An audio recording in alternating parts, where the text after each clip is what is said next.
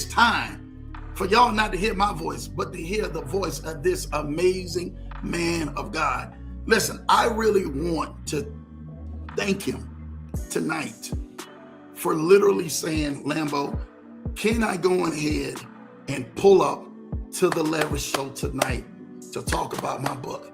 This man has been on stages in front of thousands and still commands the audience to really impact and help people. He is no stranger to his name out here, especially when you hear him speak. But to be able to say, Lambo, I want to come back to the Leverage Show, to be able to come back to the same audience, man, that says, hey, man, we can't get enough of my guy, Pastor Rashawn Bey. The biggest complaint every time he comes, and I had to tell him this, is that he don't have enough time, man, to be here on the Leverage Show. But tonight, he made a little bit more time to be able to go ahead and talk about his book, his journey, his story, but also something that will help change countless of people's lives.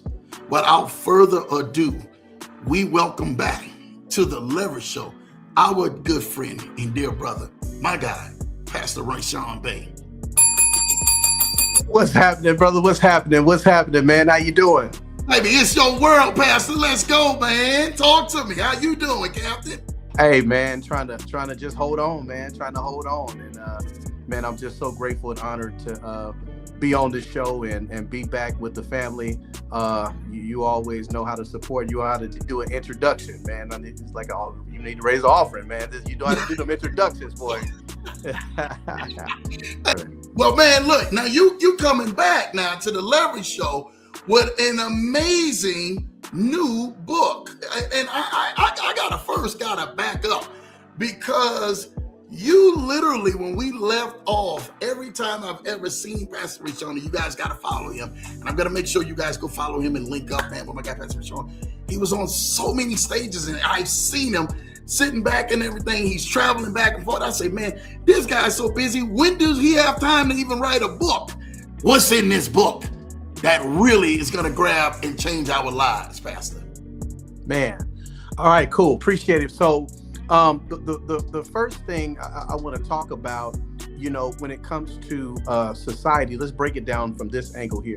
The reason why I prompted to even write this book is because I knew that there was a lane that was untapped.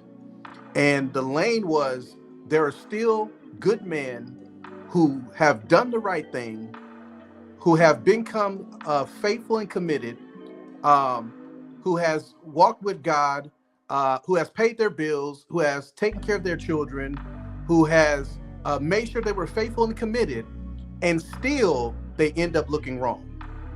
Because society has built a reputation that the man is wrong and the woman is right. That's just the way it is. And a lot of people could probably relate to this when I say this, when you can explain your story, you can tell everything that happens, and the first response that comes to mind is always, I hear what you're saying, but what did you do? I hear what you're saying, but there's something you had to possibly have done. There's something that you could have done, because there's no way that she can act like that. There's no way that she can destroy this or do this or do that. I mean, I hear what you're saying, but man, men are always the one doing something. You did something. It's something you got to be doing. And so I said, wow, it's amazing. Without even hearing the evidence or seeing the story, the first response and reaction is, what did you do? And so when I visited that, I started looking at over 1,000 men I interviewed that went through a divorce. And we all had the same common denominator. And so statistically, men were taught to be strong. They were taught to be the head of the household, which is true. You have to be.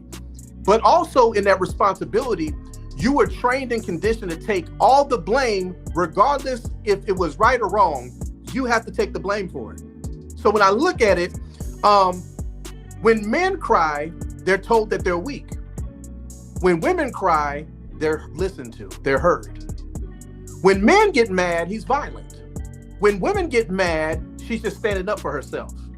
It's amazing how everything is a landslide of manipulating the context of what's really going on. So what I found is not only is the system always going to go against us, but even the court system is going to go against you.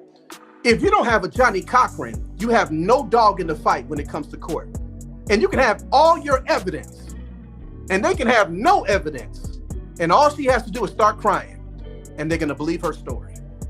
And I'm not saying everybody's like this, but it's a strong, almost 80% that this is what's happening in society today.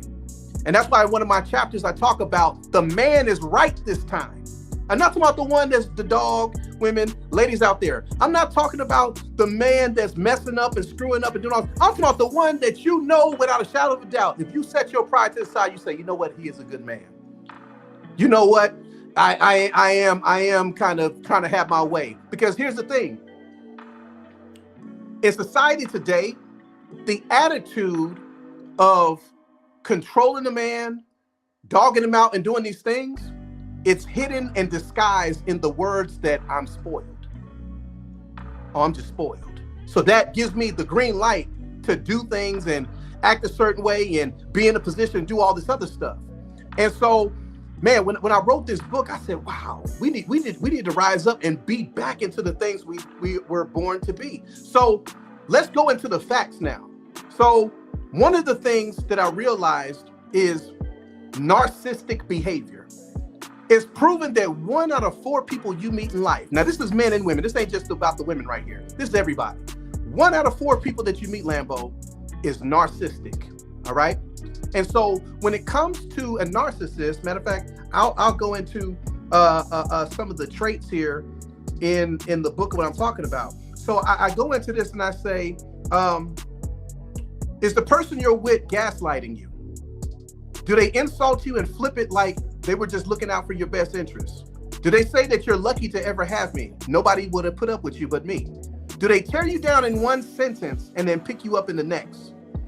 Do they want you all to themselves, isolating you from your family and friends and anybody else that gives you attention? Do they want the spotlight even though they don't deserve the spotlight? Are they jealous of you and they're your spouse? Do they sit up here and play victim and blame everything that they do wrong and twist it on you? You're dealing with a narcissist. And with the narcissist, it causes you to be in such a dysfunctional environment because guess what? They are the masters of manipulation. They are such masters at love bombing you and drawing you in. So here's what happens. And this is men and women. You run into somebody that plays the part. They show you everything that you want to hear, everything that you want to see. It's almost like they studied you. They know how you want to be touched. They know how you want to be aroused sexually. They know how you want to feel lifted up and supported. They even show up for your games and ideas and your business ideas. They hold your books. They'll even open your own car door. They do all these things at the beginning, right? Because the whole purpose of them is to find somebody that they can control. They don't care if they're victorious in life. They don't care if they get money. They don't care if they're successful in anything. A narcissist is drawn by controlling another human being, having you where they want you to be, telling you what they want you to do, making you go left when they say go right. And then when you go right, they say go left. And then when you go both ways, they say, well, I changed my mind. Their whole job is to just twist you around and never allow you to do what you want to do, but do what they want you to do. And so in this relationship, if you're not able to detect this type of stuff, you find yourself becoming victim and spending all this time trying to get out of a situation than you did trying to get into a successful relationship that you signed up for. And so in that same sense, you find yourself in another form of manipulation in a person that once was one way and they switched and became something else. Because their desire is to make sure that they just have full control. There's no cure for this condition. There's no medication for this condition. This condition is only either you're going to deal with it and become a doormat, or you're going to set yourself free and get away from it. Because there is no other way around it. You've seen it on movies. The Good Son with Macaulay Culkin, how they play this role with everybody else and everybody can't see the person. Like, yo, I'm telling you, this person is crazy. I'm telling this person. They say, I don't know what you're talking about. This person seems sweet to me, because that's what they do. They do not like to get exposed. They do not like being around people that are higher level than them. You find a person where they don't really have a lot of friends around them. And then when they do have friends, they surround themselves around people who they can have look up to them.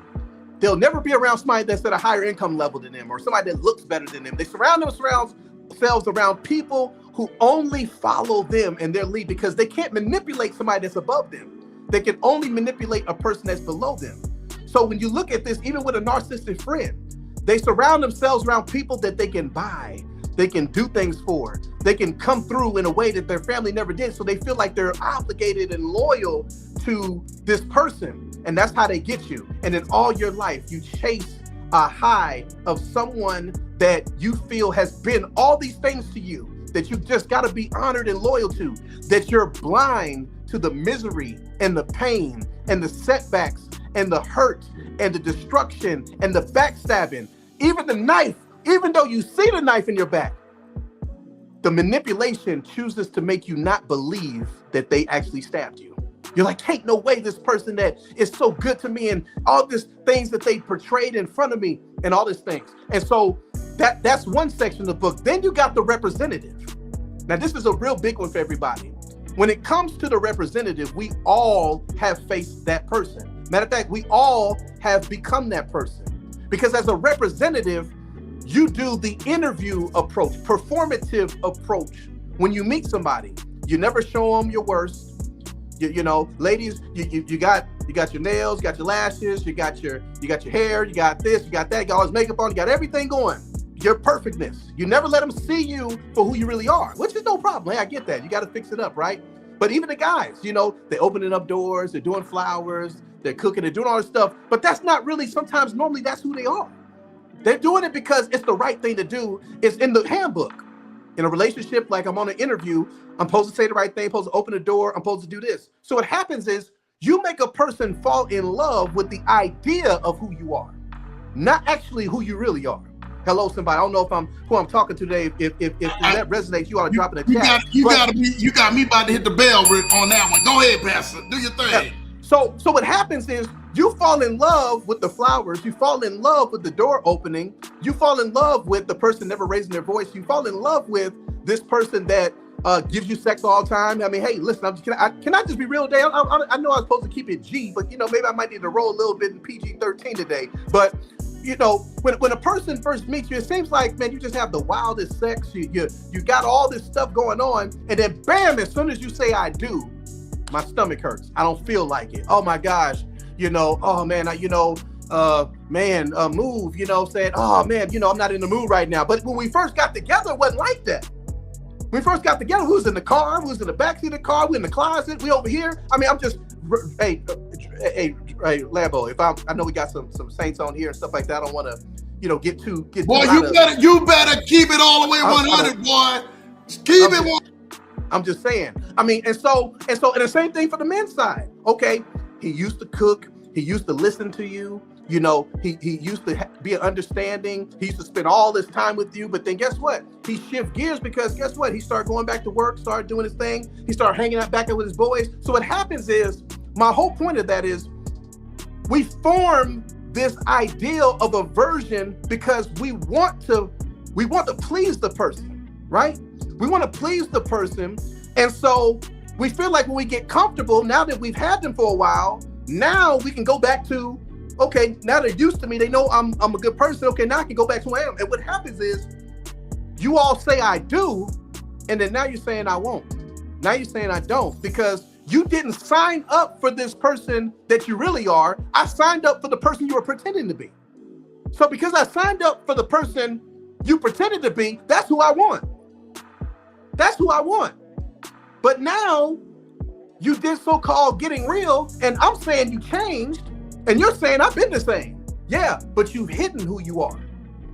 You've hidden that you've got an attitude problem. You've hidden that you go off and you got triggers that make you do things that I didn't sign up for. Now you got these these trips and things and stuff that's going on with you and your family that I didn't sign up for because I couldn't see that. I didn't see that side of you. I only seen the person that you were pretending to be, the role you were playing.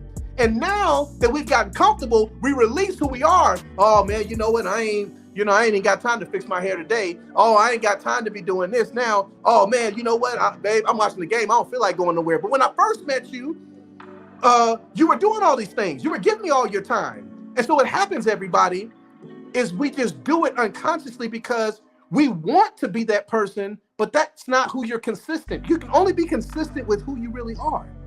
And so that brings me to my point when it comes to boundaries. You're afraid of losing a person because you're not confident with the person that you are that maybe they cannot stand. But last time I checked, if a person really loves you, they're going to love you for your good and they're going to love you for your bad. They're going to love you for your worse. And so the boundaries don't run people away. The boundaries set the line where a person respects you and keeps you. And so you can't be afraid, everybody, to not draw the line and say, this is what I'm going to accept. This is who I am. And this is what you have to deal with. Are you okay with that? And let a person that's drawn to that type of behavior, let a person that's drawn to that type of attitude. There are some people that will put up with your mess.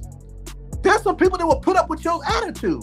There's people that will put up with your inconsistencies. There's people that will put up with your laziness. There's people that will put up with your financial instability.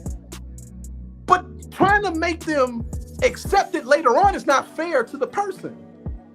So you just gaslit this person. You made this person feel like you're this, but you're not, and you bring this, and now it's too late. We're trying to get ourselves out of a situation. And that brings me to my last point, just talking about the book, which was church manipulation versus spiritual maturity. This is a big one. I was talking to somebody earlier today, and they look at, just because a person sees you from the outside looking in, they say, oh, you guys look good together. When are y'all gonna get married? What you waiting on? What's the problem? You know, God isn't gonna be pleased. You know, God doesn't like, you shacking up. God doesn't like this. God doesn't like that. And so here's what I realized, Lambo, and for those of you that are watching, the reason why I say church manipulation, I'm not talking about the Bible. I'm not talking about God. I'm not talking about the church building itself. I'm talking about the example, and we all had it. Somebody that lives in your house, or somebody that's been around in the family, that uncle, that grandmother, that person that you see that goes to church every Sunday, every Wednesday. They got the gospel playing in the background. They're saying scriptures all throughout the day. They're saying, I sure ain't where I want to be, but thank God I ain't like I used to be. All those people like that, right? They manipulate the person that is not really a believer and doesn't know any better. Or the people that's very, very little intellect when it comes to the word. So what happens is you feel guilty and look up to this person that is in your life as an example, and that's your Christ. It's not Christ himself, it's that person, because they don't drink, they don't smoke, they don't go to the clubs, and they don't do the stuff that you do. So you think that's what it means to be living right. And so because you think that's the standard of living right, you listen to this person. And this person tells you how to live your life according to the word, and they're not even living their life according to the word. Hey, Rambo, once again, I'm not trying to offend nobody, man. Like I said, please stop me if I'm stepping off. You gotta keep going. Okay. Preach, black man. I'm just checking. So when you look at that, that becomes our Christ. And I remember growing up, listening to this person and saying, dang, you know what? Maybe you're right. Maybe, so you think if I start acting like this person, or if I start getting to a place where I can be just like my uncle or my grandma or my auntie or whatever, then I'm living right. When you don't understand, you could be just like them. You could be just like the pastor. You could be just like everybody else, and you're still a sinner saved by grace. And so here's where it comes into play with a relationship. You've only known this person for 6 months. You only know this person for a year. Matter of fact, it's statistically known most divorces that ended were behind people that only known each other for 1 year or less. Because you really didn't know the person. You were dating the representative. You married the representative. Remember that. You married the narcissist. Remember that. You married the manipulator. Remember that. And so here's what happens. They're seeing you and you're like, hey, here we are. You're bringing around it. Like, I see you bringing around, but when you gonna put a ring on it? They're not finding out if you're compatible or not. They're just, because they see you together and because you've made a commitment, they want to tell you when you're gonna put a ring on it. You're like, oh man, I don't know. What you waiting on, son? You don't love her? What you waiting on? And then she'd be like, you know what, you're right. You know what, I can't just be living like this. I just, I want God to bless us. And, I think we're just not going all the way. And, if we go all the way, how much more he can bless us? First of all, last time I checked, the Bible says he reigns on the just and the unjust. Last time I checked, he ain't never based upon you living right to bless you, because if that was the case, ain't none of us would be blessed, because none of us have made the mark. And so when I look at that pressure, hey, listen, y'all can't be coming up in this church like that. Y'all got to go separate ways, because the pastor gonna be wondering, have y'all got married yet? Hey, listen, man, y'all staying together? What y'all gonna do? What y'all gonna do? And when I look at this, I'm like, man, okay, well, yeah, you know what? Maybe I need to do this. And then guess what? You get married, you say I do, which really, when you say I do in this season, it means I'll try. It don't mean I'm due death to you part. And then now the person shows their real self, and that same person that manipulated you to get in the situation can't help you get out of it. So you spend time staying in something because you're afraid of what other people think, instead of actually staying in something because you're willing to fight. You're staying in something because you really want to make this thing work. But the problem is you didn't sign up for who this person is. And that's unfair, because now you're married to somebody that you didn't even marry. It's not like you married a person who was truthful and straight up and then we just have problems. This is a totally different person. And so when I look at it, you find yourself get with strangers because you really never took time to get to know them. And so here's what it is. Here's what it is. You really can't get to know, in this season, it ain't like it was in the 50s and 40s and 20s back in the day. There was no social media, temptation, all this other stuff. But in this time we're living in now, you really have to live with a person in order to get to know them. I can tell you I'm at the house, but I could be on my way to the club. You don't get a chance to see me when I fall apart because a relative called me and we're getting into it. Because when I come around you, I'm only coming with my best. I'm never coming with the baggage.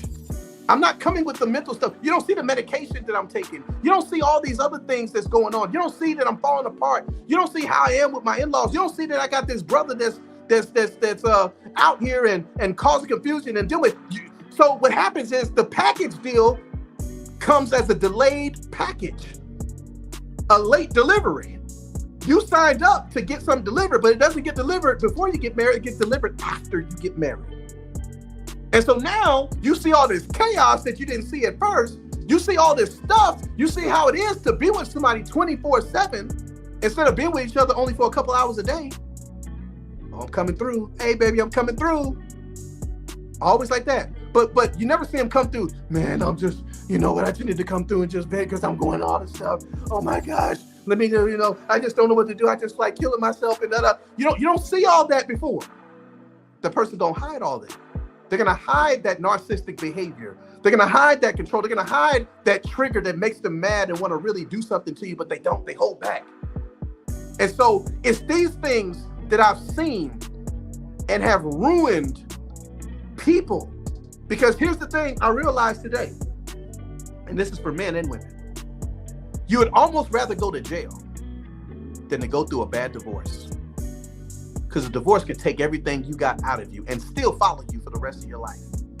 Jail is, once it's done, you can move on and go do something different.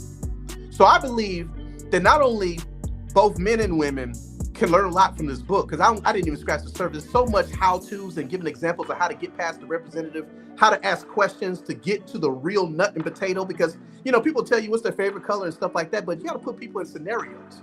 In order to break and get through to the real person past the representative, you have to put a person in an uncomfortable state where pressure is on emotions is high, and the real true person will come out. That's the only way you're going to find. You can't just do the fairy tale stuff.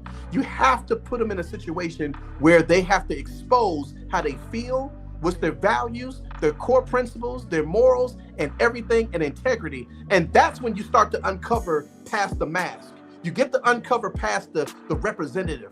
And in this book, I mean, there's so many different chapters here that will help each and every one of you all. You've got trauma became your personality, where how you are from triggers from your childhood form your personality to where you run people away from you. And you're wondering, like, why are people staying away from me? Why hasn't nobody else told me this about me? Because now you surround yourself around a bunch of yes people, the people that tolerate you instead of dealing with you. So they just say yes to everything because they can't tell you nothing. So that's how you know your personality has become traumatic. And then you got the church manipulation, you got reverse blame. One finger pointing at you, there's 3 fingers pointing back at yourself. So you have to say to yourself, I can't be a victim blaming them for the things they've done for me. I got to say, where could I have changed? Where could I have operated in this situation to prevent or laid some boundaries that I would have prevented this damage from happening? The representative, the man is right this time. Don't talk to you. It's okay to get therapy and help. It took me having to get out of my element to find some people that can see my situation, who didn't know me, who didn't know them, who can tell me the truth based on facts, not based on reputation or friendship or relationship. Oh, I'm close with you, so I'm siding with you. Oh, I'm close with them, so I'm siding with them. You need somebody that's going to tell you the truth based on principle. Because sometimes when you're in the game, you can't see your mistakes. You got to go back and look at the film. And so be each other's partner instead of each other's parent. A lot of times you find yourself parenting each other instead of partnering with each other. Instead of telling a person, hey, I want you to, can you do this and that? Instead of, man, I thought I told you to do this and that. Man, I was doing it. That's parenting. That's not healthy. And a lot of times they take advantage of people that are very laid back and reserved. But if you keep talking to a person like that, they're going to blow up. I promise you. Stop parenting. It's not you versus me. It's not the problem versus you. It's not the problem versus me. It's me and you versus the problem. That's how it walks. That's how you walk. That's how you agree in a relationship. Us versus the problem. Always. If I give advice, when you have an argument, it's us versus the argument, not proving each other wrong or proving each other right. And then you got manipulation, the silent killer of who you are. You've got, before you react, ask yourself, will this matter tomorrow? Stop getting an emotion to the point where you react now and you regret later. Will this matter tomorrow? That's all that matters. If it won't matter tomorrow, don't even talk about it. Just let it go. And then forgiveness. God forgiving you, you forgiving yourself, you forgiving your parents, and stop blaming them for the ways things are happening. Oh, my daddy wasn't here. My mama wasn't here. Man, she left me. She did this to me. She did that. He did this to me. Forgive them, because you can't move forward, because God can't forgive you unless you forgive them. The signs in the bloodline, looking at the family of the spouse that you're trying to date and see if there's some signs in them that shows into them.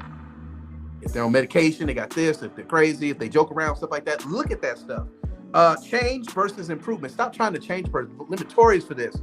Oh, I thought you would change by now. I thought if you beat me for a while, I just thought maybe you'd figure it out. I thought maybe one day you just know. I just thought you could read my mind. I thought you could just understand. Dang, I thought a man would know this by now.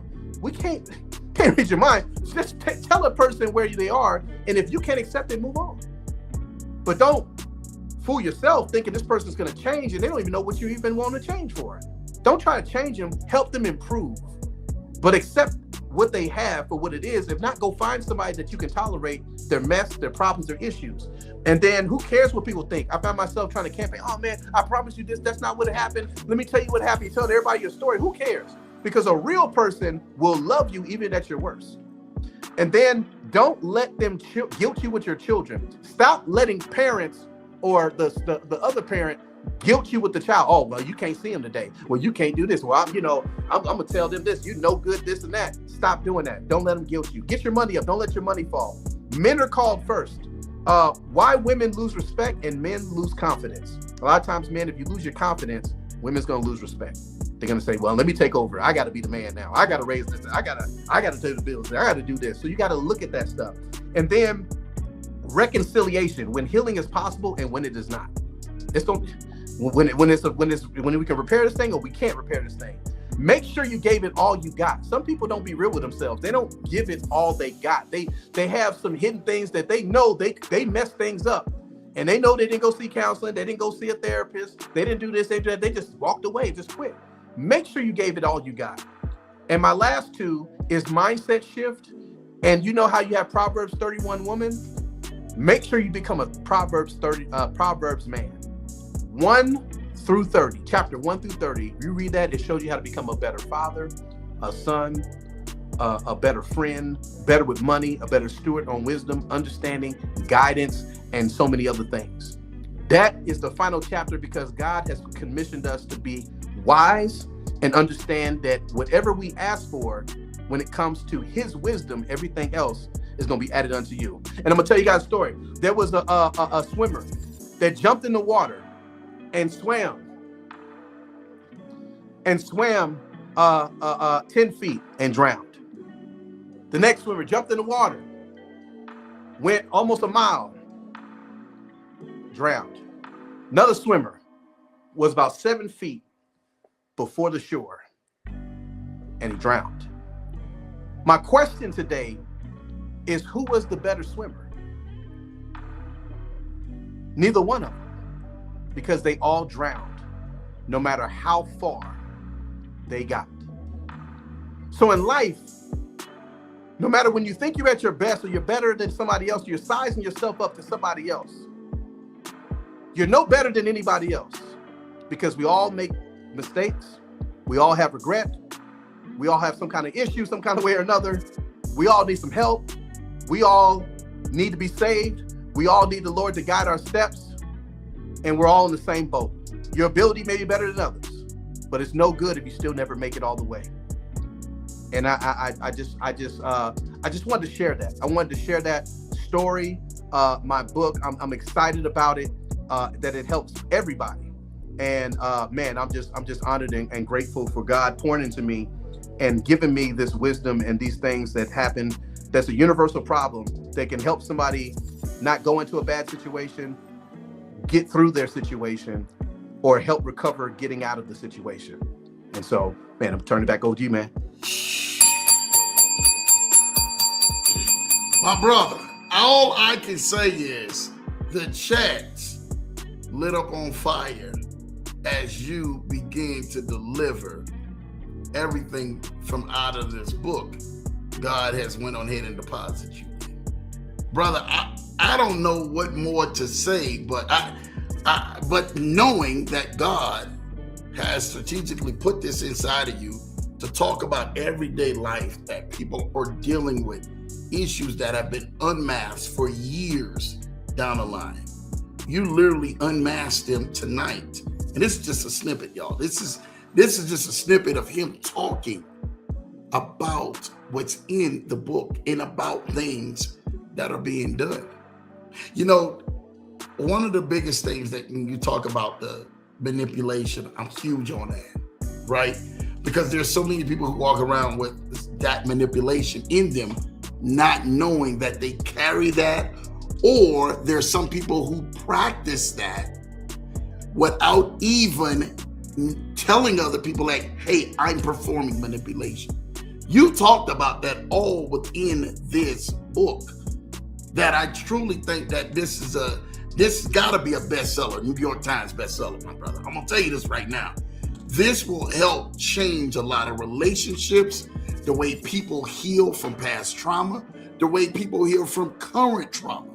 Because a lot of the stuff, people were able to see themselves directly in the position of what you were saying. And we really want to thank you for that, Pastor Rashawn. We thank you for you being open.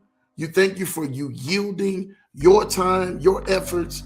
We thank you for talking about your journey and some of the things that you see. There's a lot of people and everything, man, don't know this, but I'm going to tell you this right now. Like, a lot of this stuff he didn't get from researching online and reading another person's book. This is what we call trial and error. Walking and working it out, right? Yeah.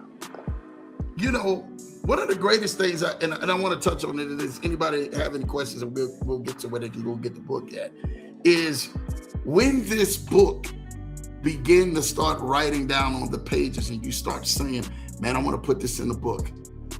What did this book begin to start doing to you when you sat back and look at the end work of this book? Man, I started seeing a mirror. I started realizing my triggers. I started realizing trauma. I started realizing don't go into the next relationship. Especially for me, one of the biggest things was boundaries. I was a person that I don't like confrontation. You know, I don't want to ruffle the feathers, because I know if this is going to mess the whole day up because you're going to be mad at me and I'm mad at you, then I'd rather have a good day and just take it on the chin. I'd rather just take it on the chin and not even talk about it. I'd rather just not even go into it. I'd rather just let us have a good day, and I'll just take the hurt. I'll take the pain. I'll take the neglect. I'll take the you holding back. I'll take all that stuff just so you can be happy. Just so you can have a good day. Not me, but so you can have a good day and I can enjoy seeing you have a good day, even though you're trying to make me have a bad day. Yeah. And so I realized that you gotta establish boundaries and not be afraid to be disliked. You know, there's a book I read, The Courage to Be Disliked. It's a great business book. And I had that problem in business. I had that in relationships. I had that in a lot of things because I was the person, I want everybody else to be happy and not thinking about myself being happy. And so, or maybe what I feel is too tough and it's going to push somebody away. So you have abandonment issues. Like, I don't want nobody to leave me. I don't want nobody not to be my friend. I don't want nobody to not, you know, I don't want to be that way, man. I'm risking that they might not love me no more. And then now I got so over, man, maybe it's not that serious. So I'll suppress my feelings just so I can keep the relationship, but it's built on false pretenses, because then they keep crossing them lines. And then eventually they cross it in a way that's totally disrespectful, that now you blow up. But now you really can't be mad because you created this monster because they don't even know what they did, because they always been doing. Well, I always talked to you this way. Well, I always did you this way. Well, you always allowed me to do this. And the whole time they're right. You've always allowed this person to take a mile when you've only given them an inch. And then the next thing you know, they ran a marathon. And you could have a long time ago said, you know what, wait, hold on. You ain't gonna talk to me like that. Wait, hold on. We ain't doing that. Wait, hold on. You ain't gonna do that. And if you don't like it, then you can go. I'm okay with that. I'm okay being myself, because there's somebody out there that God has for me that's gonna respect my line instead of crossing my line. And then you realize the person say, well, you know what, you're right. And so a lot of times us as men are afraid to put our foot down because we don't want to hurt the person, or we don't just that, but they're hurting you. And so one thing I learned about a woman, they don't like a man as a pushover. You know, they really want the bad guy. You know, they want the Bobby Brown. You know what I'm saying? They want this my prerogative. I can do what I want to do. No, come on, I know that joke. They want the person that is confident in what they stand on, say, look, this is the way things are going. Hey, look, I'm not doing that. And then they were like, yeah, you know, I got to get in line. They like somebody to put them in their place respectfully, not disrespectfully, respectfully, you know, because it's our job to lead. It's our job to conquer. It's our job to stand in front of the bullet. It's our job to build the house. It's our job to pay the bills. It's our job to make sure that they're covered and they're nurtured, they're okay. It's our job to be strong, but at the same time, it's their job also to be a helpmate and be our side and assist us and help us when we're down and help us when we're crying and tell us we're going to be okay. And tell us, hey, if you're throwing in the towel, I'm throwing it right back at you. You can't give up. Hey, I believe in you. You know what I'm saying? And so that's what it taught me, man. That's what I saw. Pastor, I mean, you just on fire right now. Most people are in here, they're talking 30 chapters. Where can I get it from? Don't worry about it. I'm going to make sure that you guys are able to get it. 30 chapters. Don't worry. We're going to get you. We're going to get you that. But Thomas said, my daughter is dating a guy, and I think he has a spirit of manipulation. How do you go ahead and respond to that, Pastor Rashawn? Yeah. So in the spirit of manipulation, there's various different ways to be manipulated. Once again, the whole idea of manipulation is a person getting you to do what they want you to do without them necessarily telling you they want you to do it or force you to do it. So what happens is they do things psychologically to make you get into a certain headspace to where you start performing the way they want you to perform. They're the puppet master with the strings. And so I'll give you an example.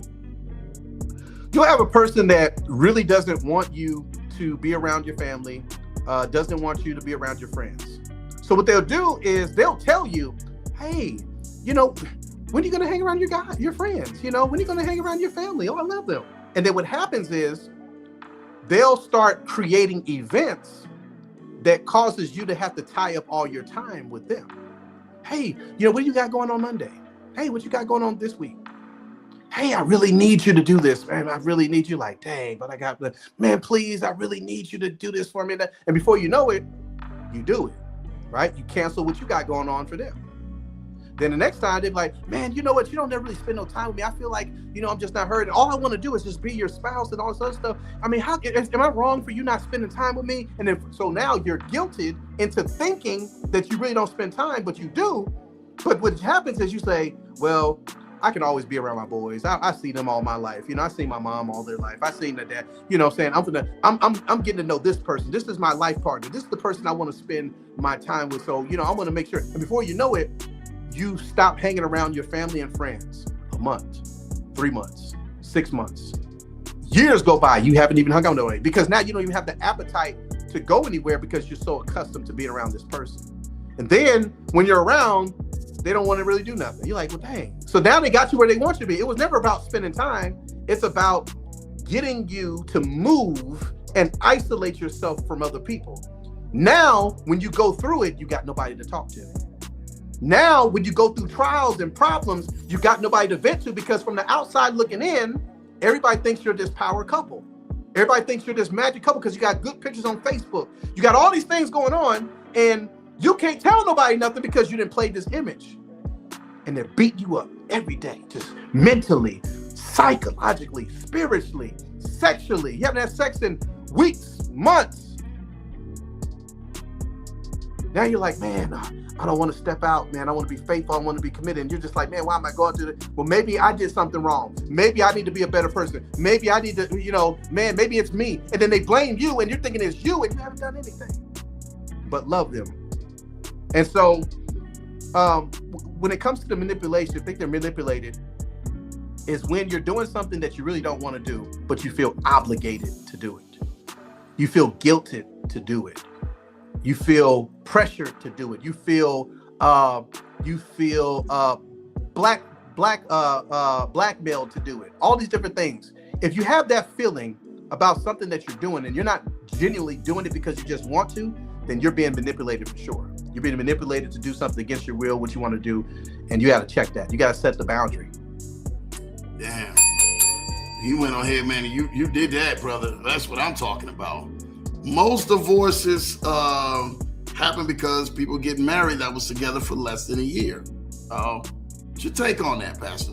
Yeah, that's what I talked about earlier. That's what I talked about. Because the representative can last a year, 2 years, you know, because think about it. When you first meet a person, you're not living with them. So first 6 months or so, you know, you go to your place, they go to your place, you know, like that. But there's that side that they're missing, they're hiding. And so I believe that you need to live with a person. And I had some good advice for somebody that says, well, what if I have my own place and I don't want to pack up and go live with them? Or vice versa, I don't want them to sit there and play. They got their assets, I got my assets. So I said, well, okay, well, why don't you do this? Why don't they spend a night at your house for 3 nights and then you spend a night the next 3 nights with them? So it's like you're still around each other 24/7 doing your duties, and you both have your houses, you know, as separate property because you're not married yet, you know, so you have your property assets, but you didn't give up your assets. And then eventually, if you choose to, then you go find a medium place where you guys go do together and then rent your properties out. You still got your properties, your assets, but you got something that you built together. You're not taking my stuff. I'm not taking your stuff. You know, I'm not going, you know, because at the end of the day, that's how it is. And here's something I'm gonna throw out there too. I'm just gonna be all the way 100. I advise everybody in this day and time to get a prenup. It's just it. And a person that has a problem with it, you already got your answer. If a person is not okay with whatever you brought to the table is yours, and whatever I bring to the table is mine. But whatever we do together, we split if something happens.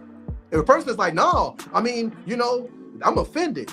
So you're saying you want my stuff then? You know what I'm saying? You're saying if something goes left, you want half of something you didn't build. Because this is marriage is not the romance. Marriage is a partnership. You and your wife, y'all got a business. Yeah. This is a business. We're here to build something.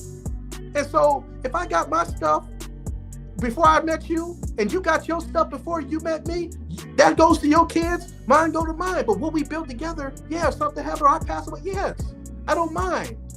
But if you got an agenda to wait to hit the 10-year mark because you can get alimony and spousal support, I'm telling you, it's a game. And nobody's talking about this stuff, man. Nobody's talking about this stuff. This stuff is designed to rape the man. I'm telling you. I'm telling you. It's designed that way if things don't work out. It's not like it used to be where people stuck together, hung together. They would have all these hidden agendas and all this empowerment stuff.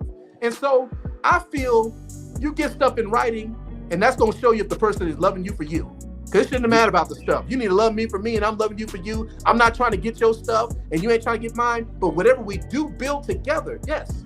We split it. We have a bank account together. We put money in there. Yes. If we bought a house together, yes. If we both put our name on this, yes. But don't try to tear down my inheritance in my kingdom. I got a guy that went homeless and lost $8 million behind a marriage. She thought she could run the business stuff and tore it all in the ground. They all lost. All because of her pride of thinking, oh man, I'm entitled to this. Oh girl, if I was you, I would do this. Oh man, if I would do that, I would do this. Oh, I would do this. All that manipulation stuff. And you got your friend stuff put you in a position where you lose. Both of y'all lose. Yeah. And he loses the most because he truly did the right thing. He truly loved her. He was trying to take care of her. And she's like, oh, I just want out. I just want out. They looking at their watch. Yeah, it's 10 years. I want out. It ain't fair, man. That ain't fair at all. Somebody say it like Chris Rock. That ain't right. Don't you remember that movie? That ain't right. I think it was Head of State with him and Bernie Mac in it, man. You know. Amen, man. Jay Ford is definitely on it, man. I love it respectfully. Shout out to Unlimited Freedom says, no one respects someone who tries to please everyone. Truth, bro. The whole thing about the bad boy is it's a guy who respects himself and holds that line. That's a good one. I tell everybody, man. But one of Bobby Brown's greatest thing, and you spoke on Bobby Brown earlier. You say hey, they love the bad boy. Bobby Brown, when he separated from New Edition, his whole career after that was literally spinning to be the bad boy, not the lover songs and talking this. They wanted that bad boy. You understand?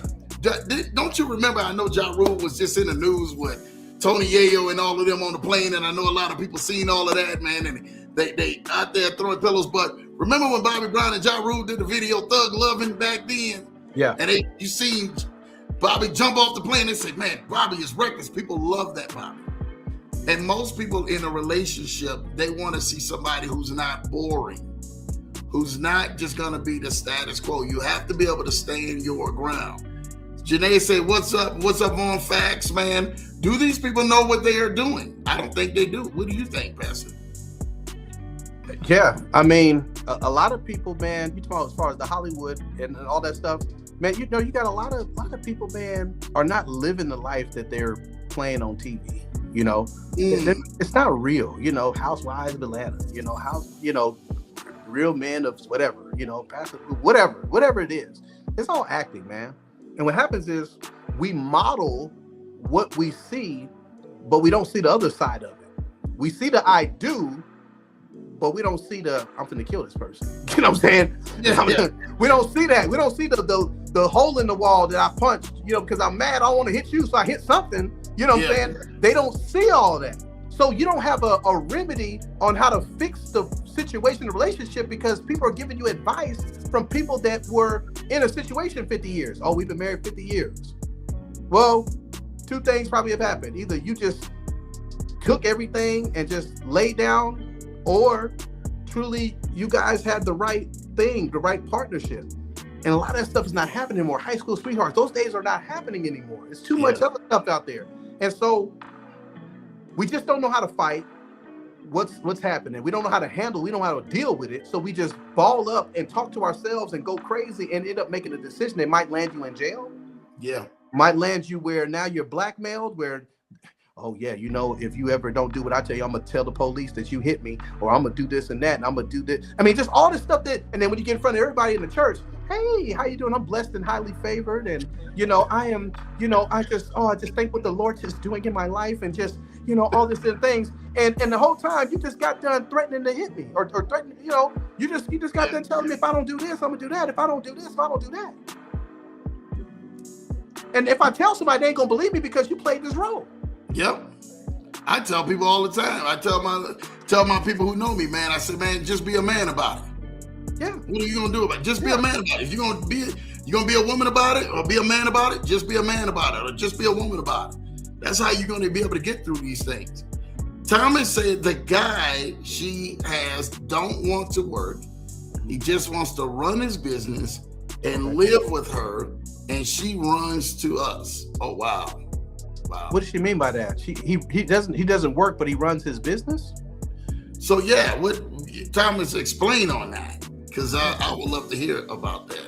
Runs his business and live with her. She runs to us. Okay. Yeah, I would like explain on that, Thomas. We want to hear more from that, so we can go ahead and see, man. Like, man, what's more about that? Linda say that certainly ain't right, man. The bells, definitely, Linda. We hitting bells. David Sims says, "What's up, Ray Ray? Don't play." That's my boy David. Shout out to you, Dave, man. In here, Thomas says she is her boyfriend, the spirit of manipulation. Oh wow. So does he run the business, or does he work? Like, you know, that's what we're trying to figure out. So does he have a business, or is he trying to get a business, right? And does he work? Let us know and everything, man. Does he work? Because that's the boyfriend, right? We want to make sure, because a lot of people and everything, man. And Thomas, I know Thomas is a little older, so I know he takes his time to go on ahead and do that. People are quick to call it quits instead of working things out. That's facts. Yep. That's what it is. I mean, it is what it is. Yep. You know. Go ahead. I want to know something.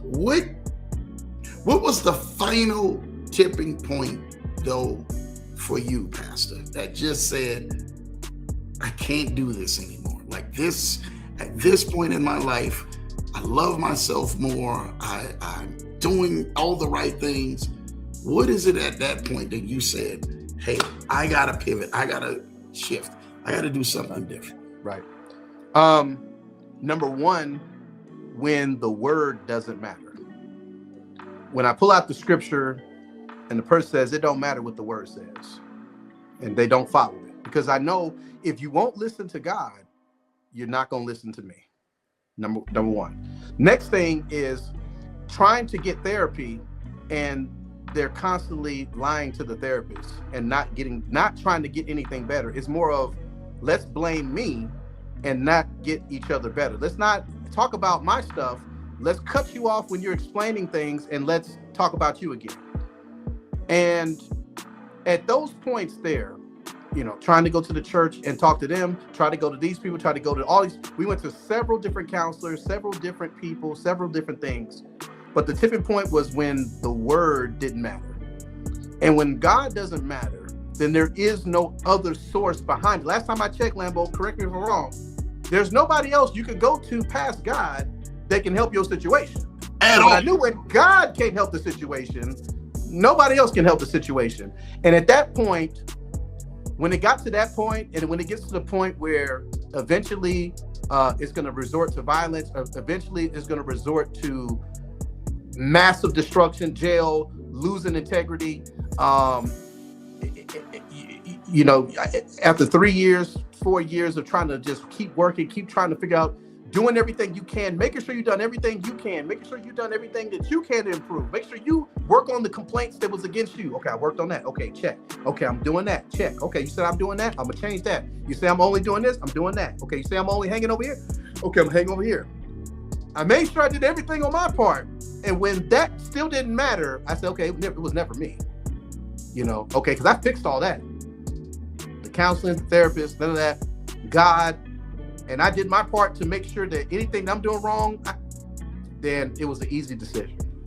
It was a very, very easy decision to walk away, because I said, either I'm going to be unhappy and victimized to changing my identity to match what they want me to be, or I got to walk away and go find myself and the man that God created me to be.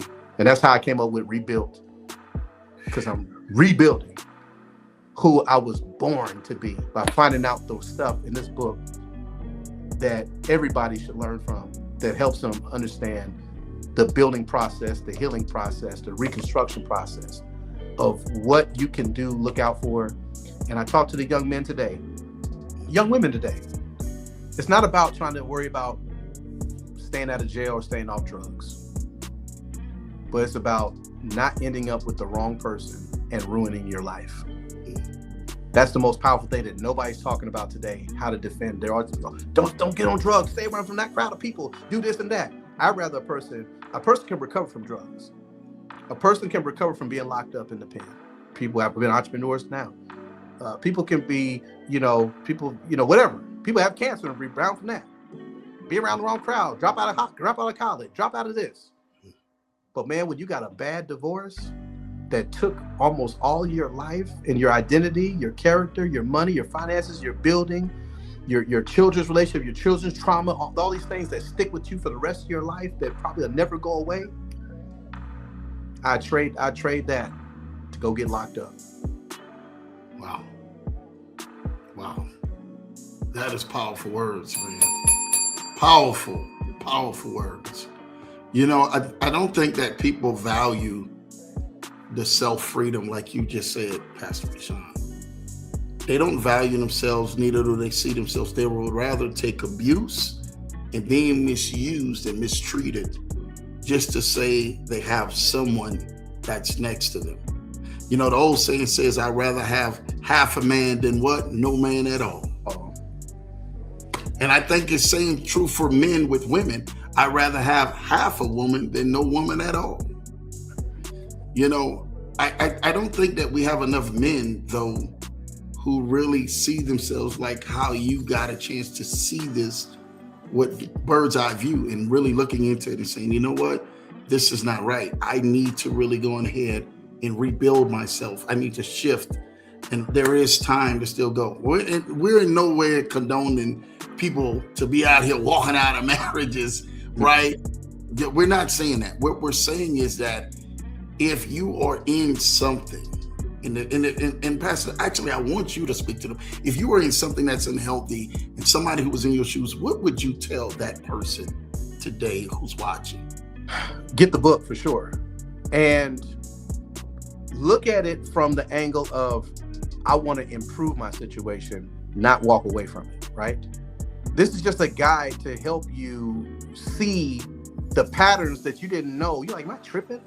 I mean, this person's tripping. And you don't know the definition of it. But now you got the definition, you can size up and say, oh, that's what this is. Because now you know how to get the right help.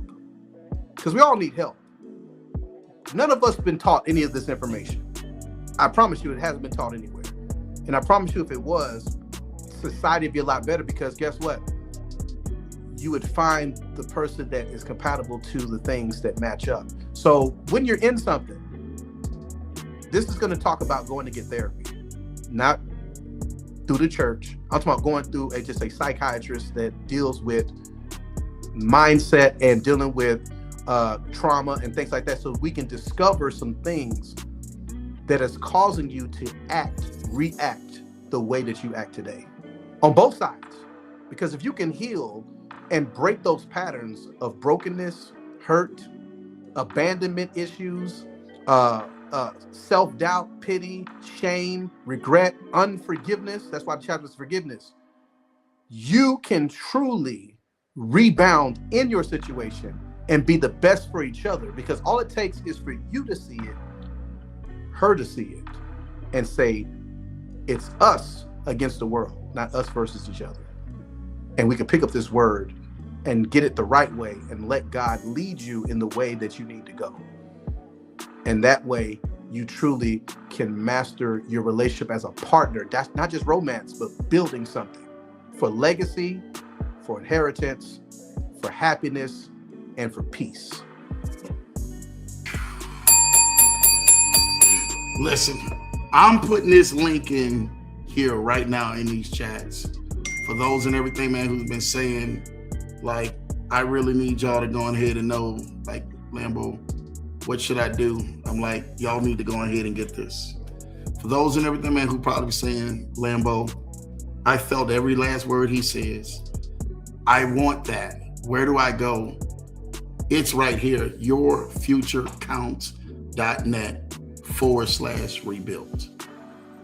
For those and everything, man, if you are wanting that book, and you know this book can help change your life and change many other people's lives around you who are dealing with the same situations, who have that silent cry. And some of you guys have probably been crying publicly because you're tired and frustrated of going through these things in life. This book right here will help change the way you see things and how you've been navigating your ship that's been off course. yourfuturecounts.net/rebuild. Get the book today. Start rebuilding your life and help rebuild others' lives who may need this wisdom. Pastor Rashawn, we just thank you, man, tonight. I mean, you just said a mouthful of other people really trying to get the help that they need, and knowing that someone could go ahead and put the pieces to the puzzle back to their life. I really do thank you, man, for this tonight and what you've done. I'm telling you this right now. This is definitely changing some lives. yourfuturecounts.net/rebuild. Help rebuild your life. Thomas did say he's not making enough money, so he lives off of her. He has a business, but he is barely making money. Okay. So it sounds like he's a struggling business owner then, Thomas. What would you say to that? Because we have people, man, who are, they call them chasing their dreams, chasing their goals, chasing their visions. They're struggling and they're not being able to go on ahead and move forward in life. Is that person being taken advantage of? It looks like the daughter is helping out the guy. That's what it sounds like, Tommy. That the daughter's helping out the guy. So she's financially look like she's supporting him. Where do they find out so they can actually have some resolutions at? In chapter 17, where I talk about get your money up. You know, as a man, no matter how kind, loving, respectful, or faithful you are, you must have your own money. The Bible is clear. If a man does not work, he does not eat. One of the biggest factors tied to respect, whether people want to admit it or not, it's a man's ability to hold his own. Yes, people may be willing to help. Yes, support can be given. But when that help lasts too long, something shifts. I've seen it happen over again. The tone changes, respect changes. So my point is, you need to do whatever it takes to make it happen. I'm talking to that person that has the business. Because at the end of the day, whether you're an aspiring entrepreneur or a struggling entrepreneur, you still have to hold it down and do your part. Whether you got to go get another job on top of it, or get another job on top of it, or another business on top of it, or whatever, your job is not to let your dreams shatter your legacy that you're building. Because guess what? Most people that say they want something, check this out. If your goal does not have a deadline, you're just making a wish. I'll repeat myself for the people in the back. If you got a goal and there's no deadline, you're just making a wish. You're just wishful thinking. Oh yeah, one day, my business, one day. Put a deadline on it. In 3 months, this business is going to do this, and I'm going to do whatever it takes to make it happen. But a lot of times you want the idea of entrepreneurship and freedom, but you're not willing to put in the grind. You're not willing to put in the work. You're not willing to get your hands dirty. There's 3 types of people. There's somebody that says, I'll try. So that means, okay, I tried, but it didn't work out. Then you got the person that says, I'm gonna do the best I can. So when your best is not the best for the situation, you say, well, you know, it wasn't me because I know I gave it my all. And then there's the last person that says, I'm willing to do whatever it takes. Whatever it takes. That's the mindset if you're gonna be an entrepreneur. If you're gonna put your family's life on the line and carry the weight of being a responsible man, you gotta have that, I'm gonna do whatever it takes. There is no plan B, plan C. This is gonna work, and I'm gonna make sure hell or hot water, I'm gonna get it done.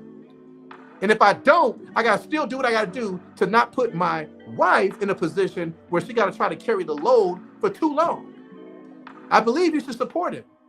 Help him while he's doing things. But brother, or whoever you are, you need to make sure that you get your stuff together and get on it fast. Because just dragging stuff out because you got wishful thinking, you don't have a good business plan, you ain't got no skin in the game, you're not really working, you're laying on the couch, you're playing the video game, you're taking breaks, you're giving yourself unlimited lunch breaks and all this other stuff. You gotta grind. You gotta say, I'm not gonna eat until I make some money tonight.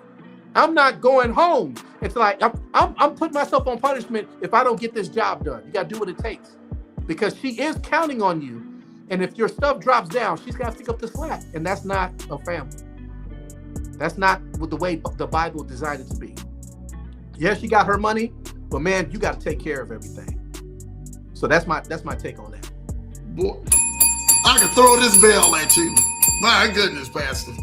I throw this bell at you. Whatever it takes. When you said extended lunch breaks, I said, I lost.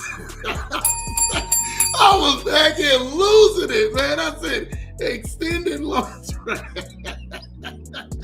You know there's some people, huh? You know that? I always tell everybody, if you're a bad employee, how you going to be a good boss? Exactly. It's not going to work. Leadership and everything, man, starts from servitude first. Leadership starts from servitude. Remember, in everything, man, the old folks used to say and everything, what you're willing to accept at the beginning, you're willing to regret in the ending. So for those and everything, man, you said it earlier about people accepting things. If you accept it, and you say, well, I've done this way. I've always done this way. Well, then you've accepted it at the beginning. You're willing to regret it at the very end. So I'm telling you this right now. Thomas, no problem. No worry. I understand. Sorry, the best I can say. I know Thomas is an older guy, so grandpa in the 70s and all of that from Boston. So shout out to Thomas and everything. I have some friends that would rather have half a man. Yes, my wife, she knows, man. Right on, all of that. Jake, thank you, GQ. Thomas, Blue Sky says, Thomas, do you think it's possible for you or someone she trusts to send her some videos from R.C. Blake's? God has been blessed and able to speak to women. Amen, in a special way. Yeah. Blue Sky, I'm willing to do whatever I can. Andrea Thorne says, I know how it feels. Let's go. Thomas, he was speaking to a woman that causes them to rethink choices and help them regain their scripture. That's good. Pastor, you touched on so many things that I went through. People always say happy wife, happy life. But what about the guy's happiness? Truth. That's what I talk about in my chapter, Become Each Other's Partner, Don't Become Each Other's Parent. It's not happy wife, happy life. It's happy house, happy spouse. Boy, you better say that again. Yeah, it's not happy wife, happy life. It's happy house, happy spouse. Both of us got to be happy. Do you believe, and I'm going to say this, do you believe when we talk about that happy house, happy spouse, do you believe that a man can cling too much to his family or a woman can cling too much to her family? Similar to what you said earlier, that will cause a divide. The Bible says in everything, man, when the man leaves his house, he leaves his house to go do what? Yeah, be with his wife. To go be with his wife. Mm-hmm. Not to be with the house, to bring the house, and the house, right. Hey, I'm bringing the house with me. The house is more important than the wife. Right. Or the wife in her hands, she is leaving to go ahead and to be married with the husband. Do you think that households cause division this day when they have too much emphasis on each other's households? What do you think? Yeah. When you're involved in other people out on the outside into your marriage, and they don't have the right principles, the right values, the right influence, it can definitely trigger things that causes a lot of confusion because you get an opinion from this person who's trying to tell you what you need to be doing, and then you get, you're not even listening to your spouse who's trying to help you, make a decision together. And so, it's a balance thing. I believe that the balance where you don't lose yourself in your relationship to where you isolate yourself. And I've done it, man. I've done it where I haven't seen family in a year, or see them only once a year, and you just drown everything you got into your relationship, and it's not healthy doing it that way on both ends. And then here's another thing. If you show me a person that talks about their parents and despises their parents, run. Because if they don't respect the person that gave them birth, how are they going to respect you? Come on now. Especially a person that didn't do nothing to them. A person that didn't do anything to them. But even biblically, the Bible says, honor thy mother and thy father, for thy days will be short. And if you're attached to them, your days going to be short too, and you ain't got nothing to do with it. But it says something, if their spouse, I understand, your parents, you may have blamed them for some stuff or whatever the case would be, but you still got to honor, respect, and still be the bigger person to try to reconcile that relationship between your mom, your dad, your grandpa, whoever that person was. And so, but a person is just like, I don't fool with them like that. I don't do this and that. And I don't even deal with my cousin. You got to be careful about that, because there's something there. There's something truly there that you need to investigate and see, okay, for yourself. Because a lot of times you might go there and realize that person ain't what you think they are. They're painting a picture. And I'm so careful to listen to people that always have to quickly tell me about, it's okay to be like, okay, things just didn't work out. Hey, we just got some disagreements, stuff like that. But when they go into detail, they're trying to paint a picture to make you not like somebody, or they did this, and man, let me tell you what they did to me, and let me tell you this and that, let me tell you this and that. Most likely it's something to that. Yeah. That's deep right there. Man, that's deep all by itself right there, Pastor. Amen. Thank you, man, for that. David, shout out to everything, man. My little nephew's in the building, man. Yes, Thomas said he doesn't want a 9-to-5 job. He's like a struggling actor. Yeah. That proves my point. Yeah. You gotta, shoot, acting is hard. It's hard to make money acting.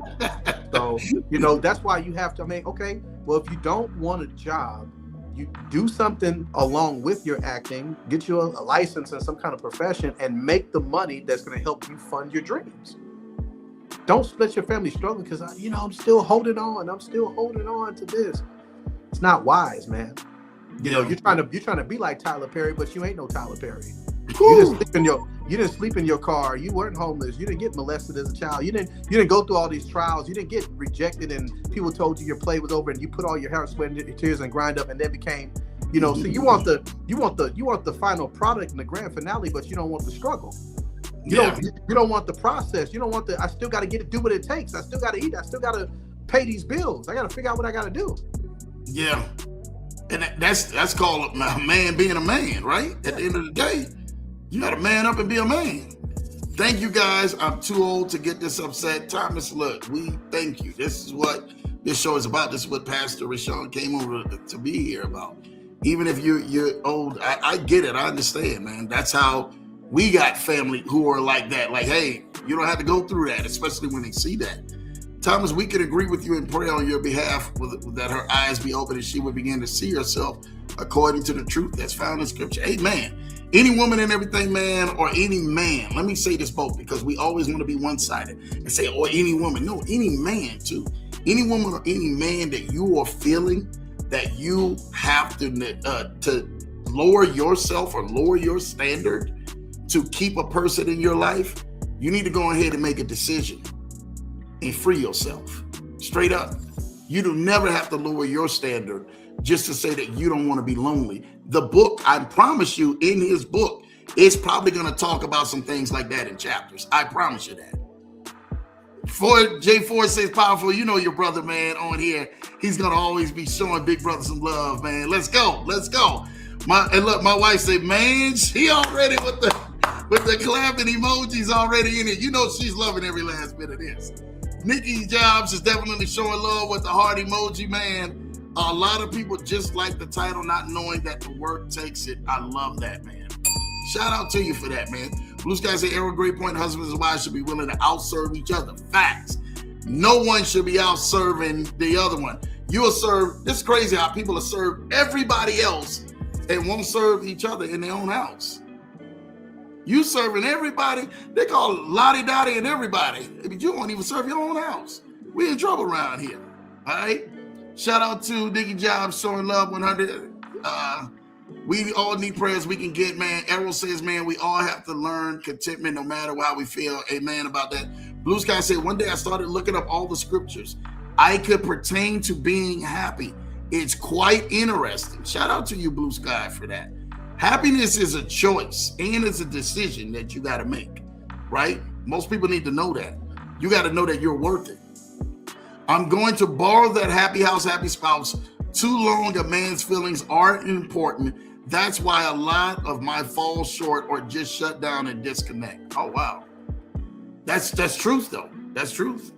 You can't, again, yes, that's his issue. He puts his family first and he goes to her house and lives off of her, so she runs to my wife and I. Oh my gosh. Well, you need to cut that bum. Do you need to borrow my shotgun, Thomas? You can borrow my shotgun. I'll take a nice plane. We come on up there. That's crazy. Errol, one time I heard a minister talk about how he and his wife shifted some of their focus off of each other toward a common goal, and they both ended up being more fulfilled. What do you say about that, Pastor Bey? I heard a minister talk about how his wife shifted some of her focus off of each other toward a common goal. Both ended up more fulfilled. What do you mean by that? One time I heard a minister talk about how he and his wife shifted some of their focus off of each other and towards a common goal. Okay, on a common goal. Yeah, like as far as I'm thinking blaming each other and more so a common goal that both are trying to reach. So a lot of times it's so easy to point. That's why I got the chapter called Reverse Blame. And instead of taking the blame on the finger pointing forward, it's taking the three fingers and looking at yourself. And so first it starts with taking the focus and working on you so you can be better to come together with better ideas and stuff for each other. And then finding, like I said, a common goal, because that's the whole part of building something. You find something you both can build and work on every day and be proud of, to see the growth start from start to finish project, whatever it is, and something you could pass on to your kids. And so when it comes to those type of things, those help bond you closer because you're working on something together, your teamwork. One is not good at this, but the other is good. The other person messes up and they laugh and say it's okay, but because romance and stuff, that's there, but the friendship and the foundation of each other, that's the most valuable part. That's forever. Friendship is forever, because you're gonna get old one day. Viagra ain't gonna work one day. All this other stuff gonna work. And when you still can look at each other and walk, agree, build something, get out there and fight for each other, that's permanent. And that keeps you in shape too. It keeps you healthy. Keeps you on. I like that. Well, Pastor, I want to input this in. You were talking about how the way that people start off in a relationship and they're intimate and emotional and doing some things and sex is amazing. Do you think that when people begin to shift their focus off in sex or even intimacy goes out of the window, that's a strain on any relationship? Oh, yeah. When it's out the window and it's not there? Out the window, when it literally ceases to exist at that point. Yeah. I don't know where that comes from or what happens, but I've even seen it on a movie where the guy, I was watching, it was Megan Good, and I thought it was Megan Good, and she was trying to be on the guy, and the guy was like, "Yeah, baby, I got to go to work, I got to do this." I'm like, "Megan," I'm like, "Dude, tripping." I'm like, "What?" But it just, people have to say what it took to get you guys together is what's going to keep you together. Yeah. And that's where maybe you have to go get checked out and see what the libido's so low and all this other stuff. But yeah, that ought to be something you both, because the Bible honors that. The woman is not in control of her own body, and the husband's not in control of his own, and you all are in charge of each other. I got the rights to you, you got the rights to me, and that's a part of intimacy that builds such a great connection. Now, of course, if you guys pissed off at each other, sometimes it's hard to being, not for me, for me, I'm, it don't matter. I'd be pissed off, sad, no. But anyway, so I'm just being real. I think this is what people like. People have to be real and honest. But it's that type of stuff that you have to understand when you're holding back. There's something wrong with you, for one, because that you weren't designed to be that way.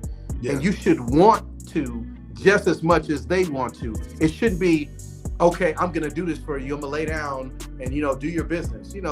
I mean, that doesn't make a man inspired about doing nothing anyway. They're like, well, dang, you don't want to really do it. I mean, it should be both people desire, because not only one, I love this person. Two, it satisfies you as well as it satisfies them. Three, it's going to satisfy them. Four, it's going to bring another closeness of intimacy, your soul ties, it just entwines, and it just keeps things, and then it keeps you from desiring somebody else. It keeps you from looking outside your relationship, because you holding back, women, you holding back is not making your man stay faithful to you. I promise you, it's not. Those things are not, that's not a good tactic at all. And the Bible talks about that. The Bible says, if you entice him to put him out there, he ain't wrong, And so a lot of times men hold this stuff in, and they're messed up behind it, because they're like, I don't want to cheat on my wife, I don't want to do this, or vice versa. The woman's like, I don't want to. And it's like, you pushing a person out there, you making them be this way. And, you just have to evaluate. Yeah. Is something about him going to make me, if something about him is making me go against the word? Because you got, first of all, say, it's not going against him. It's not going against yourself. It's going against the word all the way around. So if something is that bad going to make me go against the word and not honor the word, then I have to reevaluate the situation. Because first, when you follow the word, it makes it easy to follow each other. Amen. Because you may not fit. So the word makes me do it even when I don't want to. I'm going to do it because I want to please God. I'm going to make love to my spouse because I want to please God. I'm going to do the right thing because I want to please God. I'm going to be humble. I'm going to apologize because I want to please God.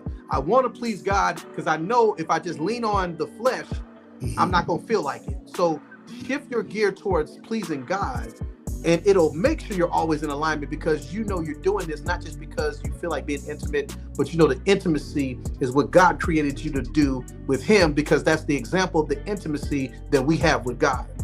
Amen. Amen. Amen. Well, you hit that dead on the head. Go ahead, man, Pastor. Thomas, they may need to get that spark again, a little motivation or guidance in the right direction. Some people hit a wall and don't know how they can walk around it. That can be right. Shout out to you, man, for that. There are PC. Shout out to you, PC. There are so many really good points. It's sometimes hard to honor a parent who refuses to talk to her own child, no matter what you do, because she doesn't like the spouse. That's a deep breakdown. So it doesn't matter if your parent likes your spouse or not, because they're not with your spouse. You are. It's for you to love your spouse and your spouse to love you. It's not for you.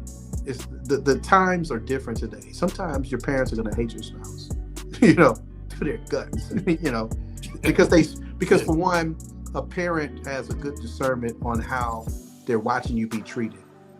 And then sometimes, because you done told them all your business when you should have just kept it to yourself and kept it in your house, now they can't stop looking at them the way that you portrayed. Even though you've forgiven your spouse, they don't forgive them. So you got to watch who you put into your business, because when you do that type of stuff, that's what causes them to start, if you tell them that he hit you, but you're going to go back to him, but now they can't stop thinking about he hit you for years and years and years ago. That's your fault. You take stuff to God. Stop taking it to your parents. Stop taking it to these people. Take it to a counselor that doesn't know you.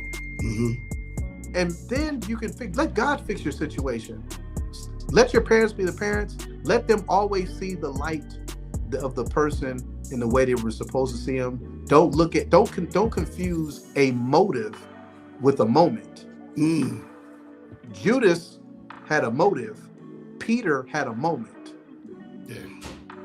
He denied Christ at the time because he was just weak, but he loved him. Judas pretended to love Christ and betrayed him. So don't let people look at people's moments and they think that that's the motive. Facts. Because permanently they're stuck in that and they can't get out of that. And because you painted the picture, it's too late. Amen. Amen. Blue Sky said, I really appreciate what you said about the prenup. Even if a couple decides not to have one, it's still important to go through this process in order to bring every issue to the surface. Because why not? Why wouldn't you have a prenup? I mean, the only reason why I wouldn't want to have a prenup is if I want half of what you built. But if we build it together, we do stuff together, and we separate, your half, you know? But why have an agenda going in saying, well, if we don't work out, so you're already saying it ain't gonna work out. Yeah. Well, you want, because if you feel like we're gonna stay together, the prenup's never gonna get activated anyway. Yeah. So you must be scared that something might not work out, and you want to make sure you cover off of me. That's good. Think about the mentality of that. That's good. Because why would a person that, if I'm confident that we're never gonna get a divorce, I'm confident that I don't want nothing from you, I just want you, why would I care? Yeah. I only care because inside of me, well, just in case, I'm covered, I'm protected, girl. You know, I'm this, you know, or vice versa, the man takes your empire that your daddy gave you. You got a business, law firm, and all this other stuff, and now, because you entered into the marriage and you've been there together so many years, now he's getting half of your stuff that your father gave, your family gave you. You know, it goes vice versa. You don't know what's going to happen later on. You don't know when a person's going to change their mind. It's a protection that you don't have to go through this because they wanted to back out, not you. Facts. Thank you for that. Thomas says, I thank everyone tonight. I knew that I wasn't the only one that thought that this guy was a bum. I'm going to order your book and look into some resources that was recommended tonight. Thomas, take it easy. Take it easy, man. Thomas, say you need me and Rashawn to come out there, man. We'll come out there. He said he was a bum.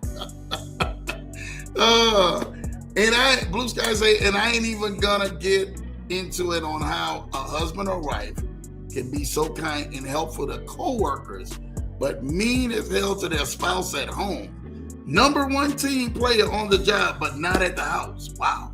Yep, that's gaslighting. That's narcissism.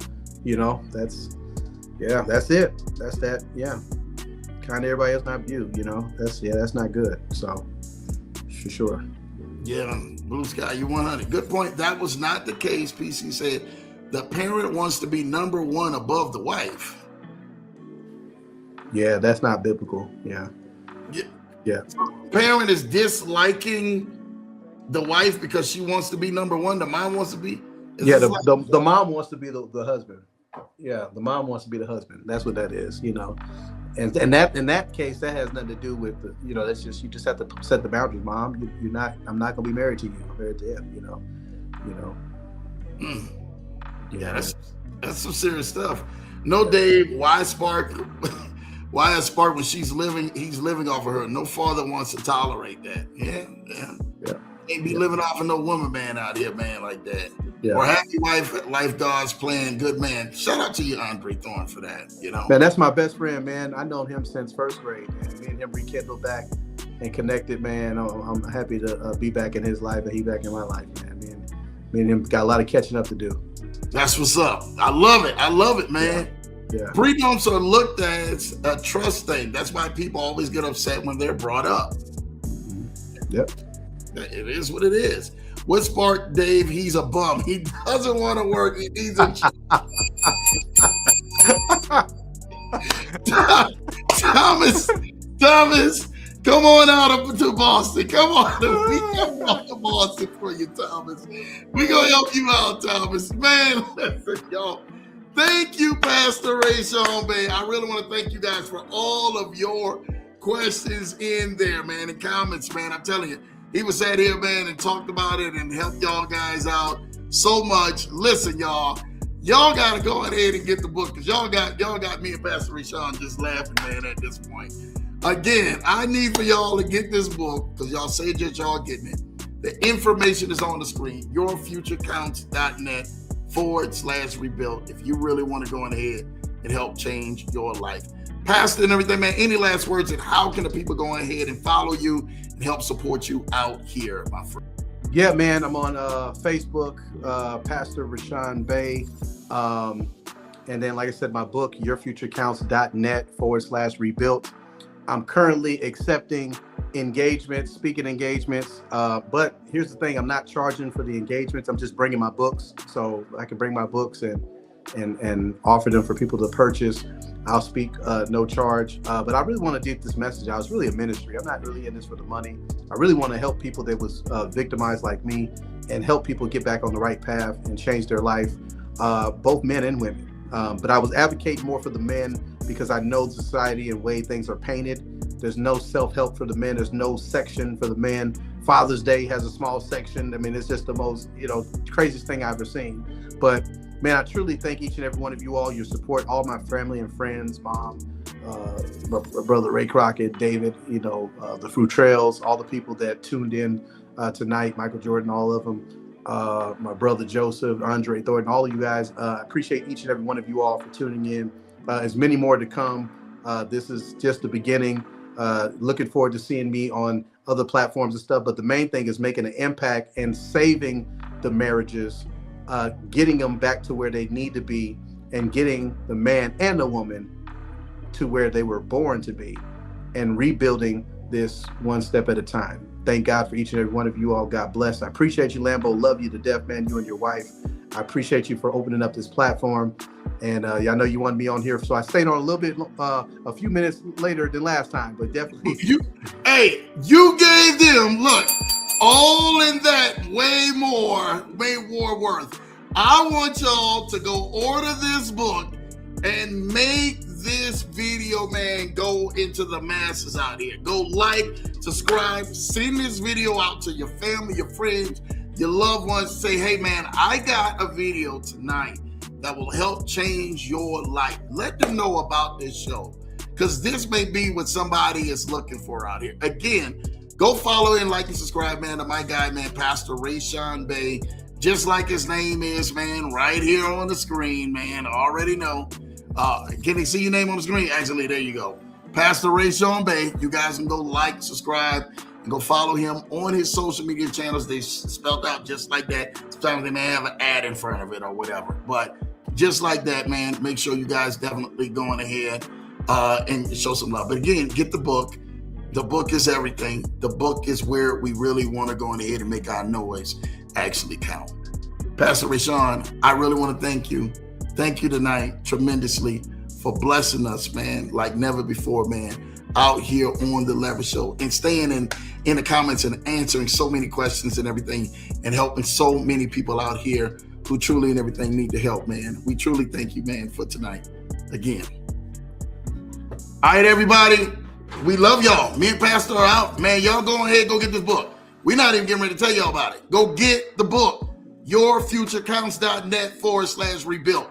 That's all we got to say and everything, man. Until next time and everything, man. Me and my God, man, Pastor Rashawn Bey, man, we are out of here. We love y'all. Take care. Have a great night. Thank you all for coming in on here. Hope you guys be blessed by it. Let us know how you did.